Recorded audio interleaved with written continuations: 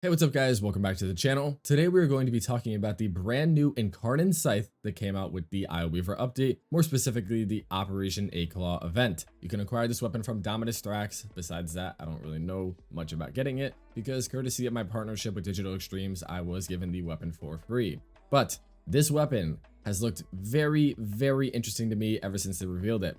There's barely any scythes in the game, well, heavy scythes, only this, the Chlorophyll, and the Hespar, I believe.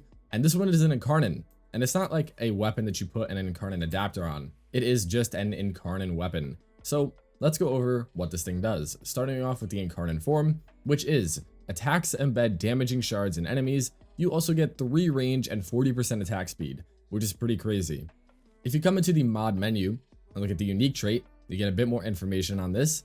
Attacks will embed void shards in enemies, and each time a new shard is created, existing shards deal 75% of the weapon's damage to embedded foes. So what does that mean? With my Incarnate form now active, when I melee enemies, you'll see that they get that little like Incarnate energy visual effect. And now they have these shards that are like growing out of them. And these are the void shards that the tooltip is talking about. What happens here is that if I were to spawn a void shard on this enemy, all other enemies that have a void shard will take 75% of the weapon's damage. So doing this and then meleeing this enemy will, if you see, cause them to take damage, even though I'm not actually hitting them, which is pretty insane. But these shards don't really scale how you would expect. They do use the weapon's base damage, which is expected, and that is a fine 480. The other stats of the weapon are decent: 30% critical chance, 2.2 damage, 24% status, a 33 and 66% split between puncture and slash, heavier weighting on slash, decent attack speed, higher range, and then a follow through of 40%. Nothing too crazy here.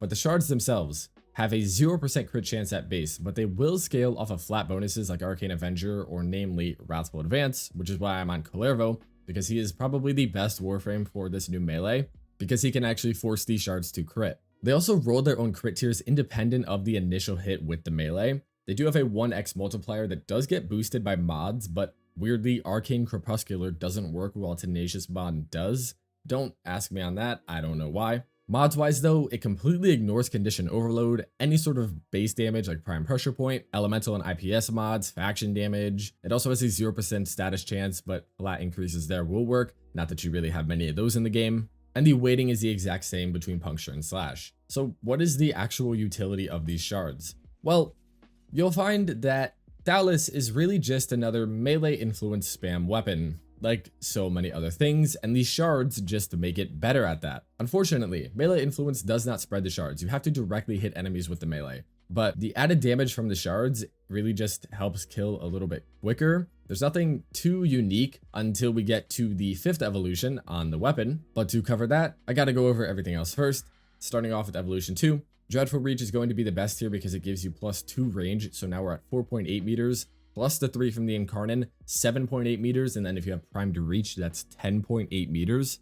Everything else here is not that useful though. This evolution is all about combo. I just chose this one to build up our combo a little bit quicker. This one is kind of a meme. I just chose Waltzing Leap because double jump and jump height, kind of fun. 5th evolution is definitely the most important though. Void Splinters sounds pretty interesting, but it's actually pretty bad. Explosive Growth and Chain Shatter are definitely the best ones to use here though. Starting off with Explosive Growth, this will cause shards to grow whenever a new one is created up to 3 times, and then fully grown shards will erupt out of the enemy to deal double damage and impale them on the spot. What this means is that spawning a shard on this enemy, I would then need to hit 3 other enemies to grow that shard as much as I can, and doing it just a little bit more impales all these enemies, sort of like the Ruvox from, I think it was the Dante update. They also deal double damage. So this is definitely going to be the best evolution if you're trying to just run around and light attack spam everything, which with a melee influence setup is actually pretty strong. Consider that I don't even have Wrathful Advance activated right now, and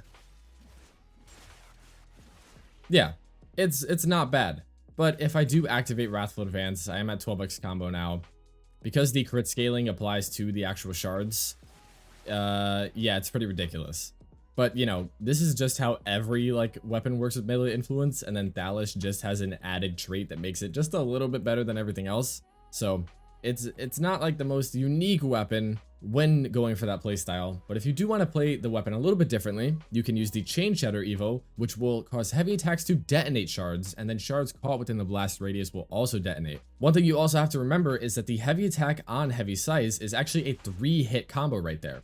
If I bring us back over to the stats page, you'll see that it says 3x for the heavy because it swings 3 times, which is a pretty big triple to your damage. And also it provides a massive multiplier with this evolution of 8 times to the shard damage. Effectively 24 times shard damage. Does ignore your combo, but you know, that's pretty strong. It just happens to be that you don't really need all of this extra heavy attack damage. So even if I get some shards on these enemies and then heavy them, the damage is fine. As a heavy spam weapon, it'd be okay. You could also sort of combo this with Tennokai attacks if you were to run a light spam build and then still use this Evo and then just use the heavies and the Tennokai. I don't really see the purpose in doing that when the most effective build is definitely just explosive growth. Yes, it's kind of boring, but this is what you should use. This is a really basic melee influence build. We're just going for viral and electric.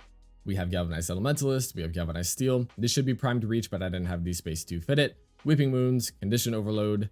You get it. This is one of the, most standard builds you've ever seen, and Thalys is just a influence slop weapon, except it does it a little bit better than everything else because it has an added layer of damage.